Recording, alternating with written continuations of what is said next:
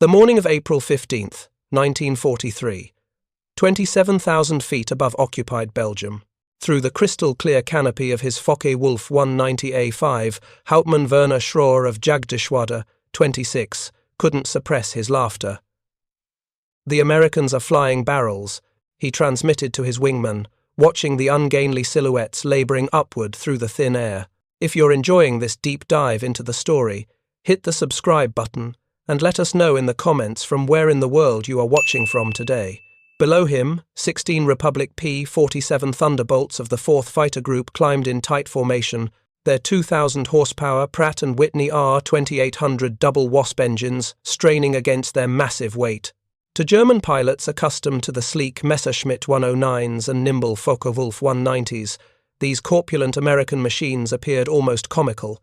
Barrel-shaped fuselages topped with greenhouse, canopies, wings that seemed too small for their enormous bodies, propellers that dwarfed anything in the Luftwaffe inventory. What Schroer didn't know, what none of the German pilots circling like wolves above could have imagined, was that they were witnessing the arrival of a weapon that would systematically destroy the Luftwaffe's fighter arm. Within 18 months, these flying barrels would transform from objects of derision into instruments of terror. The mathematics of destruction were already loaded in those broad wings.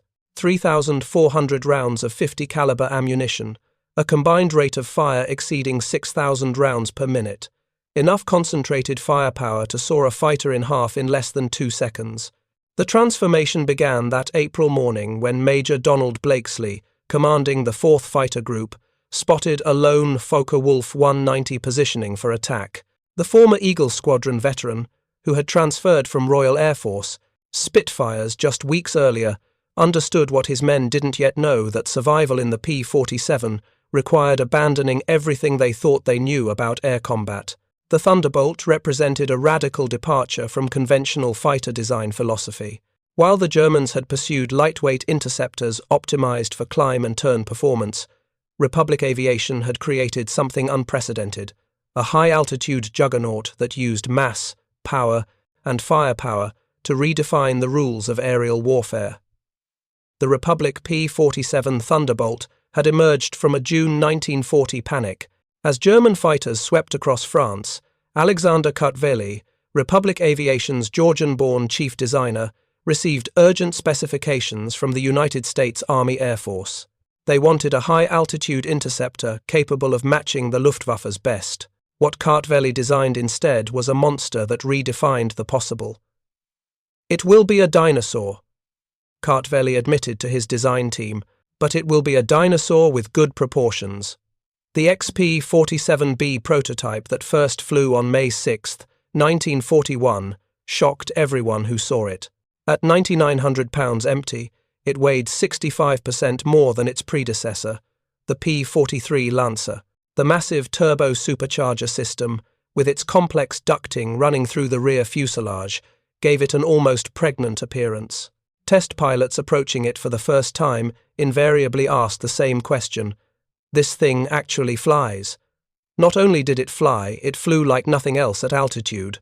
The Pratt and Whitney R 2800 Double Wasp engine, an 18-cylinder radial producing 2,000 horsepower, could maintain full power at 27,000 feet, where German fighters gasped for air.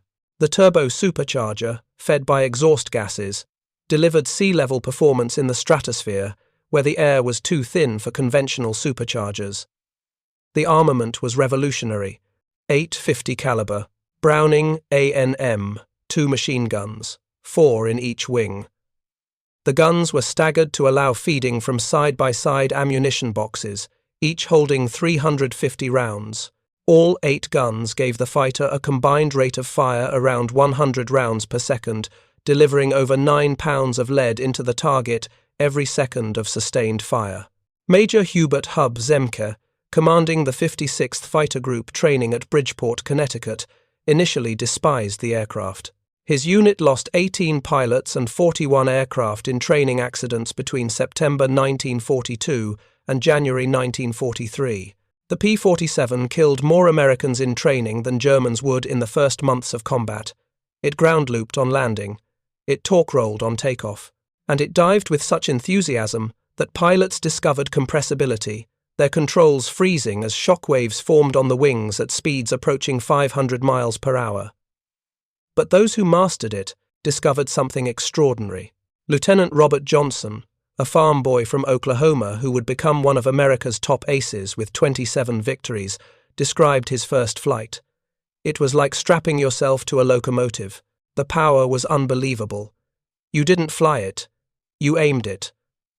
The first combat encounters in April and May 1943 confirmed every German prejudice. The P-47s couldn't turn with the Focke-Wulf 190s, couldn't climb with the Messerschmitt 109s, couldn't match their nimble handling at medium altitudes. Luftwaffe pilots quickly developed tactics to exploit these weaknesses, attacking from below where the heavy Thunderbolts struggled, forcing turning fights where agility mattered more than firepower. Hauptmann Joseph Pips Priller, commanding officer of Jagdgeschwader 26, reported to headquarters after his first encounter. "The new American fighter is meat for the slaughter. It flies like a truck, turns like a freight train, and climbs like a pregnant cow. Our boys are calling them Indians' fat targets, pretending to be warriors." The statistics seem to confirm German confidence. In their first month of operations, the American fighter groups lost 14 Thunderbolts for only 3 confirmed German kills. The Royal Air Force, observing from their Spitfire squadrons, quietly suggested the Americans might reconsider their choice of mount. British pilots joked that the best evasive maneuver in a P-47 was to unstrap and run around the roomy cockpit. But something strange was happening in those early encounters that German intelligence failed to notice. The P-47s that were shot down had absorbed incredible punishment before falling. One aircraft returned from a May 4th mission with 21 cannon holes and over 100 machine gun strikes damage that would have disintegrated a Messerschmitt or Spitfire. The massive radial engine, lacking vulnerable coolant systems, shrugged off hits that would have stopped a liquid-cooled fighter cold. More significantly, when P-47s did get their guns on target, the results were catastrophic. The Thunderbolt's weapons battery created a convergence zone of destruction that German pilots had never experienced. Unlike the rifle-caliber weapons of early war fighters or the cannon with limited ammunition, the American fighter could maintain sustained fire for over 30 seconds, an eternity in aerial combat. The event that would begin changing German perceptions occurred on June 26, 1943, over northern France. It involved Second Lieutenant Robert S. Johnson of the 61st Fighter Squadron, and an encounter that would become legendary on both sides of the conflict. Johnson's formation of 48 P-47s was returning from escort duty when they were bounced by 16 Focke-Wulf 190s from Jagdgeschwader 26. The Germans executed a perfect attack, diving from the sun with overwhelming speed. Advantage. Johnson's Thunderbolt, flying at the rear of the formation, was caught in the crossfire of multiple attackers, taking catastrophic damage in the first seconds of combat. 21 20mm cannon shells exploded across his aircraft. The canopy shattered. Hydraulic fluid sprayed into the cockpit. The engine cowling was torn away. Fire erupted behind the instrument panel. Johnson, wounded in the nose and leg by shrapnel and bullet fragments, tried to bail out, but discovered the canopy was jammed. A 20mm shell had exploded in the canopy track, welding it shut. He was trapped in a dying aircraft at 27,000 feet. What happened next defied every assumption about combat damage tolerance. Despite having no forward visibility through the oil-covered windscreen, a barely functioning engine that shook violently, and controls that responded only intermittently, Johnson managed to level the aircraft and point it toward England. The P-47 continued, flying with damage that would have reduced any other fighter to falling debris. Then it got worse. A lone Focke-Wulf 190, possibly flown by Major Egon Meyer, discovered the crippled Thunderbolt, limping toward the channel at less than 170 miles per hour. What followed was one of the most extraordinary encounters in aerial warfare history. The German pilot positioned himself behind Johnson's P-47 and opened fire with his 4 20mm cannon and 2 13mm machine guns. Johnson, unable to evade, could only huddle behind his armor plate and pray. The Thunderbolt absorbed the entire cannon ammunition load. Then the German repositioned and fired again, this time with only his machine guns, the cannon ammunition exhausted. The German pilot pulled alongside, staring in disbelief at the flying wreck. Johnson could see his face clearly, young, determined, his expression shifting from confidence to confusion to something approaching disbelief. The German repositioned and emptied his remaining machine gun ammunition into the Thunderbolt. Still, it flew. He pulled alongside again, shook his head in apparent amazement, gave a brief salute, and peeled away, presumably out of ammunition and unwilling to ram an enemy pilot who had already demonstrated such tenacity. Johnson's P-47 landed at Manston, with its engine failing on the runway. The crew chief stopped counting bullet holes after reaching 200. One cannon shell had exploded inches from Johnson's head. Another had detonated against the armor plate behind his seat. The engine had taken direct hits. The control cables were partially severed. 3 of the 4 main longerons, the structural backbone of the fuselage, were shot through. Yet the aircraft had brought him home. The survival of Johnson's aircraft sent shockwaves through both air forces. American engineers studying the wreckage realized they had underestimated their own creation. German intelligence, receiving combat reports from Jagdgeschwader 26, initially refused to believe it. No aircraft could absorb that much punishment, but testimony from multiple pilots confirmed the impossible. The Thunderbolt had taken everything the Luftwaffe's best fighter could deliver and survived. By July 1943, American pilots were learning to exploit the P-47's true strengths. Lieutenant Colonel Hubert Zemke, the 56th Fighter Group commander, had discovered the secret through brutal trial and error. Don't turn with them. Don't climb with them at low altitude. Use your weight, use your power, use your guns. The Thunderbolt's massive weight, initially seen as a disadvantage, became a weapon. In a dive, nothing could catch it. From 30,000 feet, a P-47 could reach 550 miles per hour faster than any German fighter could achieve even in a vertical dive. This speed could be converted to altitude in a zoom climb that left pursuing fighters helplessly behind. Captain Walker Bud Mahurin, who would become one of the first American aces in Europe, developed what became known as the boom and zoom tactic, though pilots called it the Thunderbolt turkey shoot. Instead of engaging in traditional dogfights, P-47 formations would climb to 30,000 feet, higher than German fighters could effectively operate. When Luftwaffe fighters appeared below, the Thunderbolts would roll inverted and dive, reaching speeds that made deflection shooting impossible for defending Germans. At the bottom of these dives, the American heavy machine guns would speak. German pilots who survived described it as facing a wall of lead, the combined firepower creating an impenetrable zone of destruction.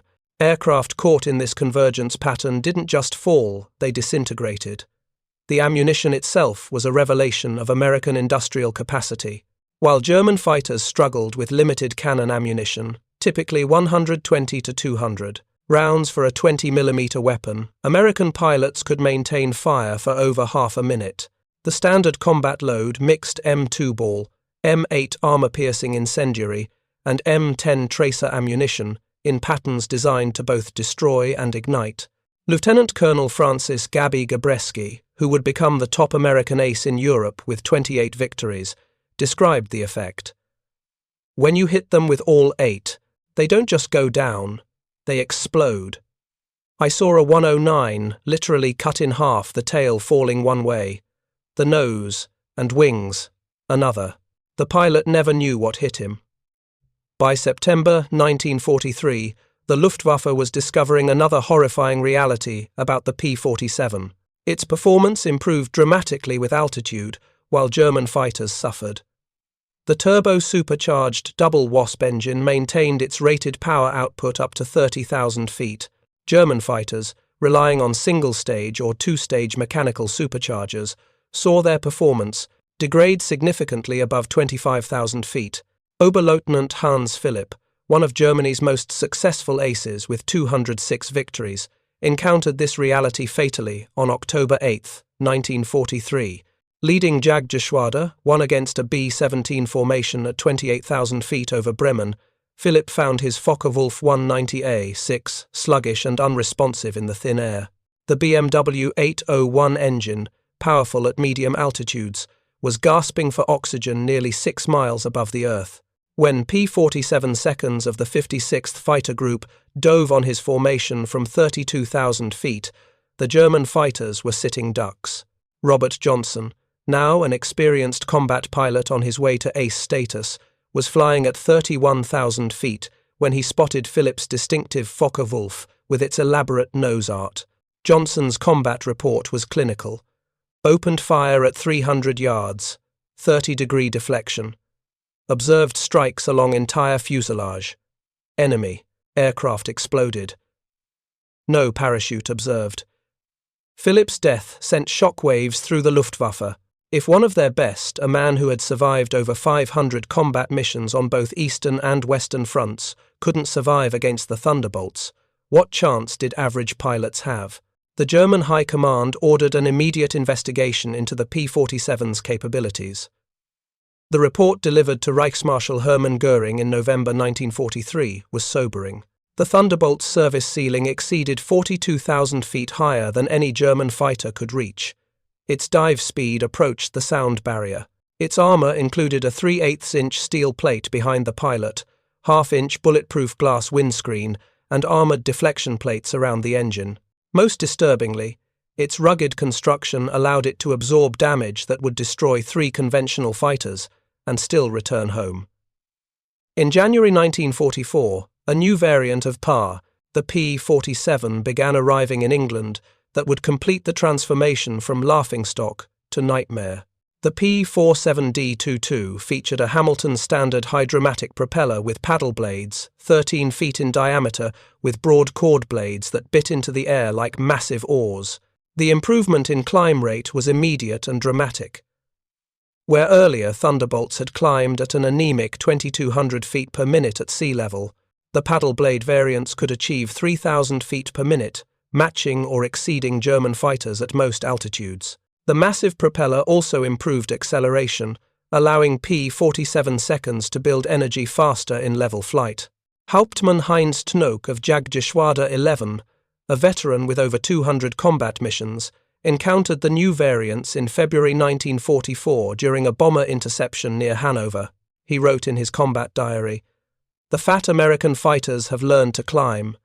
We bounced a formation near Hanover, expecting our usual advantage. They turned into us and climbed with us. When we tried to disengage, they followed us up to 30,000 feet. Schmitt was caught and blown apart, nothing left but smoke and fragments. These are not the same machines we laughed at last year." The paddle blade propeller did more than improve performance. It changed the sound of the Thunderbolt. The distinctive thundering roar, created by the blade tips reaching supersonic speeds, could be heard from miles away. German ground troops reported being able to identify approaching P-47 seconds by sound alone, a deep, threatening rumble that meant death from above. They began calling it Donnerschlag, thunderclap. By March 1944, P-47 seconds, equipped with external fuel tanks, could escort bombers deep into Germany. The standard configuration carried 2 108-gallon wing tanks, or a 75-gallon belly tank, extending range to over 1,000 miles. With the paddle blade propeller, providing improved performance even when loaded, Thunderbolts could fight on equal terms immediately after dropping tanks. The Luftwaffe's response was to concentrate on the bombers, hoping to inflict enough losses to stop the American daylight campaign. But this required flying through the P-47 escort screen, an increasingly suicidal proposition. German pilots developed a grudging respect that bordered on fear for the big American fighters.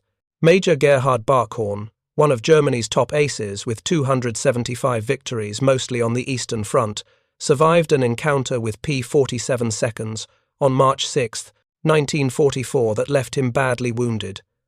He later recalled in a post-war interview, "We saw them above us, fat silhouettes against the sun. Someone laughed and said, 'Here come the flying pigs.' Nobody was laughing 30 seconds later. They came down like an avalanche, faster than we could react. The first pass destroyed 3 of our fighters just gone, transformed into burning debris. Their guns didn't fire in bursts like ours. They poured out solid streams of fire. Getting caught in that stream meant instant death. The escort missions revealed another P-47 advantage endurance. While German fighters operated at maximum power settings that consumed fuel rapidly, the big American radials could cruise efficiently at high altitude. Thunderbolts could remain with the bombers for hours, rotating top cover while maintaining enough fuel for combat and return. As more P-51 Mustangs arrived to take over long-range escort duties in spring 1944, P-47 units increasingly focused on ground attack, a role that would make them the most feared aircraft in the German arsenal. The transition began in earnest in April 1944 as the Allies prepared for the invasion of France. The Thunderbolt's heavy machine gun battery proved equally effective against ground targets. The standard armor-piercing incendiary ammunition could penetrate the top armor of most German vehicles, while the sheer volume of fire could destroy soft targets in seconds. A 2-second burst put 160 half-inch projectiles into a target area the size of a truck, but it was the addition of bombs and rockets that transformed the P-47 into a true multi-role monster. The D-25 variant could carry two 1,000-pound bombs under the wings and a 500-pounder under the fuselage, a bomb load equal to early war medium bombers. Later variants added zero-length rocket stubs for 10 5-inch high-velocity aircraft rockets, each equivalent to a 105mm artillery shell. Oberst Hans von Luck, commanding the 125th Panzergrenadier Regiment during the Normandy campaign, experienced P-47 ground attacks firsthand. They came in low, so low you could see the pilots' faces. The sound was terrifying, engines roaring, rockets screaming, then the hammer of those heavy machine guns. A column of our trucks simply ceased to exist. 20 vehicles transformed into burning wreckage in one pass. The psychological effect on the men was devastating. They called them Jabo's fighter bombers. But these were something beyond that. They were flying artillery with the accuracy of snipers. On June 6, 1944, the Luftwaffe discovered how completely the balance of power had shifted. Over 500 P-47 seconds provided air cover for the invasion, creating an impenetrable umbrella over the beaches. German fighters attempting to reach the landing zones were massacred. Oberleutnant Wolfgang Fischer of Jagdgeschwader II, one of only 3 German pilots to reach the beaches that day, reported, "The sky belonged to the Americans. Thunderbolts were stacked from sea level to 30,000 feet. We tried to break through at dawn. 12 fighters from our group. I was the only one to return. The P-47 seconds were waiting at every altitude. You couldn't climb over them. Couldn't dive under them. There, guns turned our fighters into aluminum rain. In the weeks following D-Day, P-47 seconds systematically destroyed German movement in daylight. The statistics were staggering. In June alone, 9th Air Force Thunderbolts claimed 651 locomotives, 3,847 trucks, 512 tanks and armoured vehicles, and 4,553 horse-drawn vehicles destroyed. The Wehrmacht was forced to move only at night, severely hampering their ability to respond to Allied advances. The Germans tried everything to counter the Thunderbolt threat. They reinforced vehicle armour, deployed more anti-aircraft guns, developed new camouflage techniques. Nothing worked. The P-47's combination of speed, armour, and firepower made them nearly unstoppable. Even the feared 88mm flak guns struggled to track the fast-moving fighters at low altitude. Perhaps the ultimate vindication of the P-47's evolution came in its encounters with German jet fighters. The Messerschmitt, Me 262, with its 540-mile-per-hour top speed, should have been untouchable by propeller-driven fighters. But Thunderbolt pilots discovered they could catch jets in 2 situations: during takeoff and landing when jets were most vulnerable, and in high-speed dives from altitude. On November 27, 1944, Lieutenant Colonel John C. Meyer of the 352nd Fighter Group became one of the first pilots to shoot down an Me 262 with a P-47. Diving from 28,000 feet, Meyer's Thunderbolt reached speeds approaching 500 miles per hour, fast enough to catch the jet in level flight. The jet pilot, confident in his speed advantage, never saw the diving P-47 until Meyer's guns opened up at 400 yards.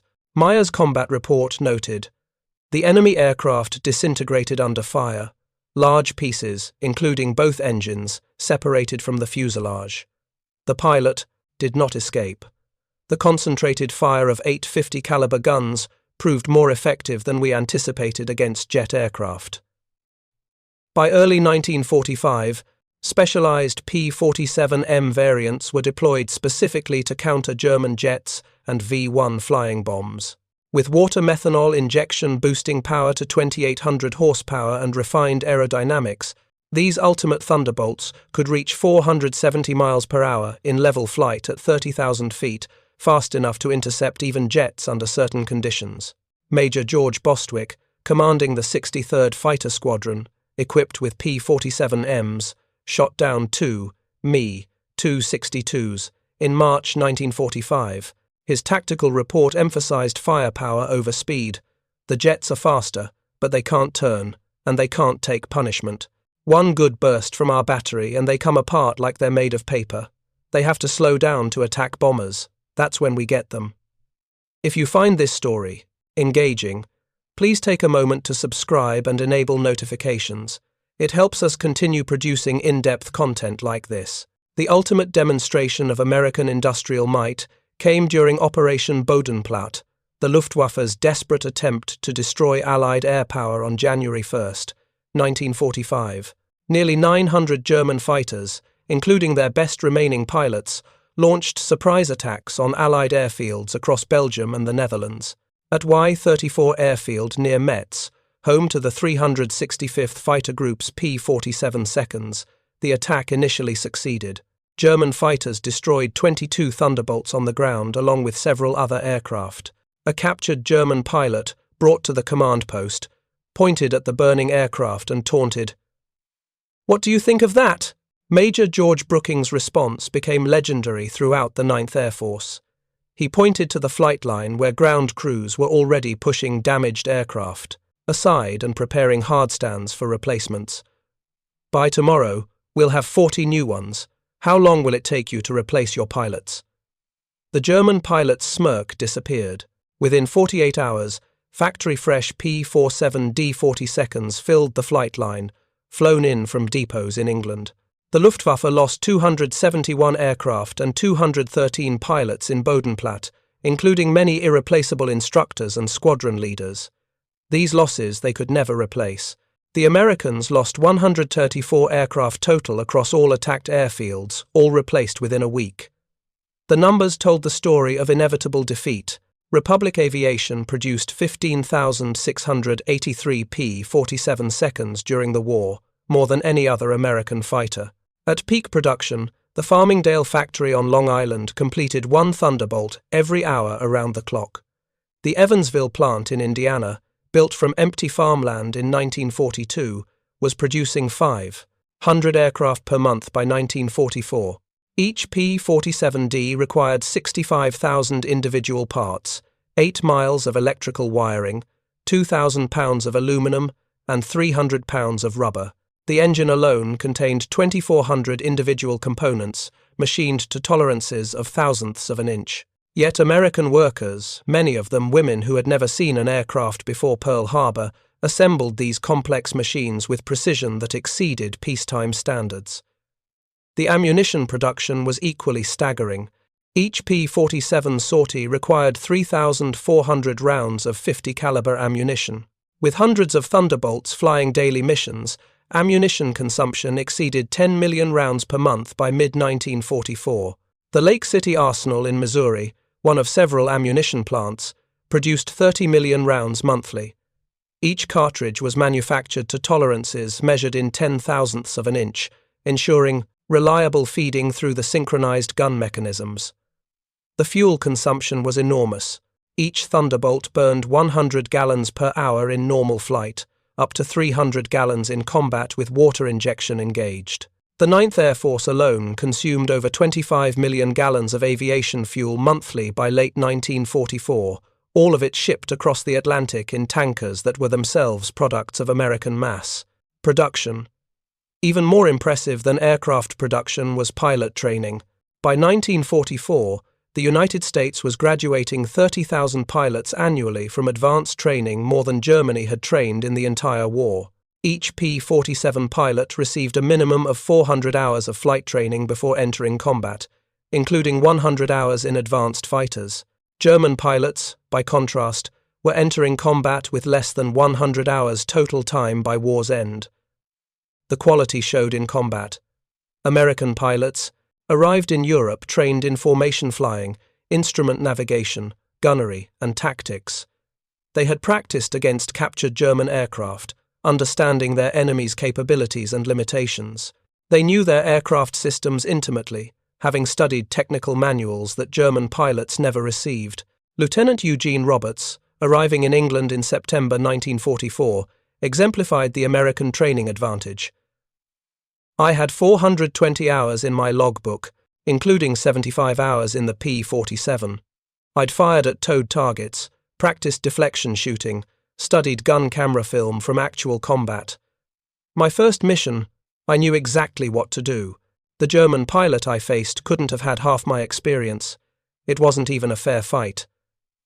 In March 1945, Oberstleutnant Josef Priller, the same pilot who had mocked the P-47 seconds as pregnant cows 2 years earlier, was interviewed by German propaganda officials seeking to boost morale. His statement, deemed too demoralizing for publication, revealed the complete transformation in German attitudes. The Thunderbolt is the best fighter bomber ever built. Its firepower is unprecedented weapons that never jam, never overheat, never run out of ammunition in normal combat. It carries bombs like a medium bomber, fires rockets like artillery, and fights like a fighter when needed. But beyond the machine is what it represents. Unlimited American production. They lose 10, they build 20. We lose 1, it's gone forever. Their pilots arrive better trained than our instructors. They have fuel for training, ammunition for practice, spare parts for everything. We have nothing but courage. And courage without resources is just delayed defeat. We laughed at them in 1943. We're not laughing now. When you hear those guns, you know death has come calling. The sound haunts us, mechanical, precise, unstoppable. Like everything American, it's about overwhelming material, superiority. They didn't beat us through better tactics or braver pilots. They buried us under an avalanche of steel and lead. By April 1945, the Luftwaffe existed largely on paper.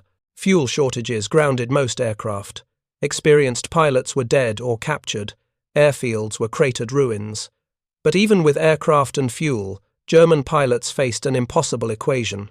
Attacking meant facing P-47 formations that owned every altitude from ground level to 40,000 feet. Feldwebel Klaus Brettschneider, one of the last German pilots trained in 1945, flew exactly one combat mission before the war ended.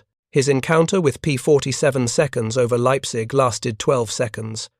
I saw them diving from above 4 Thunderbolts in perfect formation. I tried to turn, but they were too fast. The leader fired from 500 meters. My aircraft shook like it was hit by sledgehammers. The engine exploded. The wing separated. I barely escaped. In the parachute, I watched them destroy my entire staffel. 6 fighters gone in under a minute. The sky rained burning aluminum and bodies. The psychological impact was complete. German pilots developed what medical officers called Jabo fever, physical symptoms of stress appearing when Thunderbolts were reported in the area. Veterans who had faced Spitfires and Hurricanes without fear became physically ill before missions against P-47 seconds. The distinctive thunder of approaching Thunderbolts caused panic among ground troops who knew that survival meant finding cover immediately. The final statistics of P-47 operations defied comprehension. In Europe, 3,752 German aircraft destroyed in aerial combat, 3,315 aircraft destroyed on the ground, 86,000 railway cars destroyed, 9,000 locomotives destroyed, 6,000 armoured fighting vehicles destroyed, 68,000 trucks destroyed, 60,000 horse-drawn vehicles destroyed. In the Pacific, 697 Japanese aircraft destroyed in aerial combat, 150 aircraft destroyed on the ground, 1,500 vehicles destroyed, 150 locomotives destroyed, countless barges, ships, and installations obliterated. The 9th Air Force alone, primarily equipped with P-47 seconds, flew 213,873 combat sorties, dropped 120,000 tons of bombs, fired 135 million rounds of ammunition, and launched 60,000 rockets. The Thunderbolt units achieved a 4.6 to 1 kill ratio in aerial combat while maintaining the lowest loss rate of any Allied fighter bomber. Behind these numbers lay the human cost. The Luftwaffe lost approximately 28,000 pilots killed in combat against Western Allied forces. Many fell to the concentrated fire of American heavy machine guns. Each loss represented years of training that Germany could never replace. By war's end, the average German fighter pilot had less than 30 hours of combat experience. The average P-47 pilot had over 200.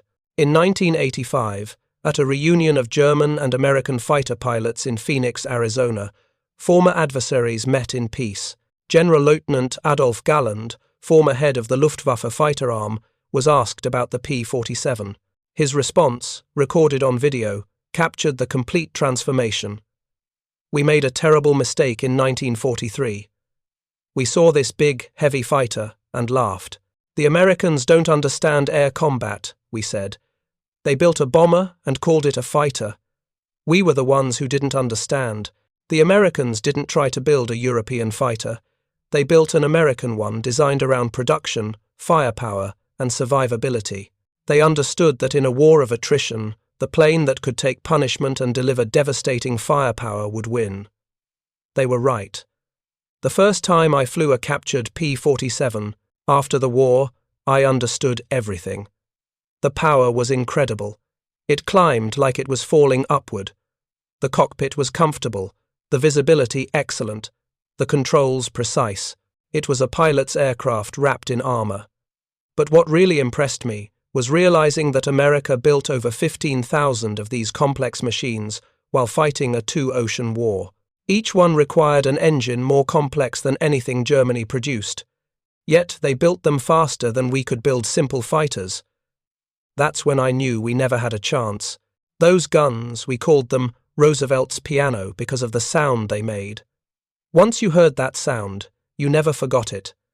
Many of my friends heard it for the last time. The P-47 didn't just defeat the Luftwaffe, it destroyed it. The P-47's design represented American industrial philosophy perfectly. Brute force engineering backed by unlimited resources. Every component was overbuilt, overpowered, and over-engineered. The wing spars could bold, support 40,000 pounds, 3 times the aircraft's loaded weight. The engine mount could withstand 12 G-forces. The control cables were doubled throughout with automatic backup systems. The ammunition feed system alone was a marvel of engineering. 8 separate ammunition boxes, each holding 350 rounds, fed through electric boost motors to prevent jamming during high G maneuvers. The guns were electrically heated to prevent freezing at altitude. Each gun had its own charging mechanism and could be individually synchronized. The convergence was adjustable from 150 to 400 yards, allowing pilots to optimize for their preferred engagement range. Even after the war, some German veterans maintained that the P-47 won through quantity, not quality, that German fighters were technically superior, but overwhelmed by numbers. The combat records tell a different story. In engagements where numbers were equal, P-47 seconds consistently prevailed. The heavy machine gun armament, dismissed as inferior to cannon, proved more effective in actual combat. Analysis of gun camera footage revealed why.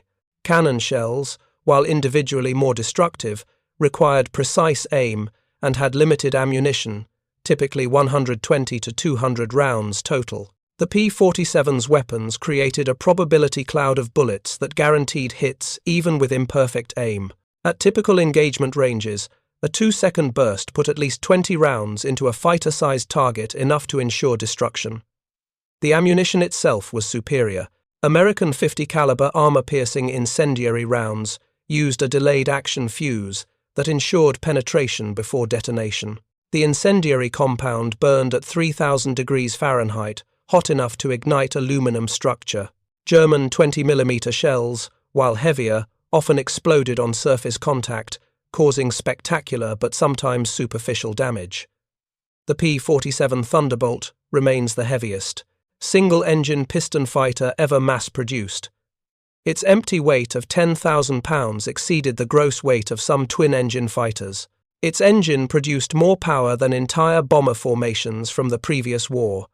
Its weapons delivered more firepower than a squad of infantry. Yet it was built by the thousands, flown by kids barely out of high school, and maintained under combat conditions by mechanics who learned their trade in weeks. The transformation of German opinion from mockery to terror took less than 2 years. In that time, the flying milk bottle became the most feared aircraft in the Luftwaffe's experience. Veterans who had faced Spitfires, Hurricanes, and Soviet Yaks without flinching spoke of P-47 seconds in hushed tones decades after the war. At the United States Air Force Museum in Dayton, Ohio, a restored P-47D sits among other legendary fighters. Its placard lists specifications and battle honors, but the real story is told by a small display case containing spent 50 caliber shells and a strip of gun camera film showing a Focke-Wulf 190 disintegrating under fire. Below the display is a quote from an unnamed German pilot taken from a 1945 interrogation report. "We laughed when we first saw them, fat, ugly American fighters that couldn't turn, couldn't climb, couldn't fight. We stopped laughing when we realized they didn't need to turn or climb. They just pointed those guns at you, and you ceased to exist." The laughter died with our comrades. The P-47 Thunderbolt entered combat as an object of derision and ended the war as an instrument of annihilation. In between, 8 synchronized Browning machine guns rewrote the rules of aerial warfare and buried the Luftwaffe under an avalanche of lead. German pilots had laughed at the ungainly American fighter in April 1943. By May 1945, there were no German pilots left to laugh. The thunder had spoken, and the sky belonged to America. If you for watching. For more detailed historical breakdowns, check out the other videos on your screen now, and don't forget to subscribe.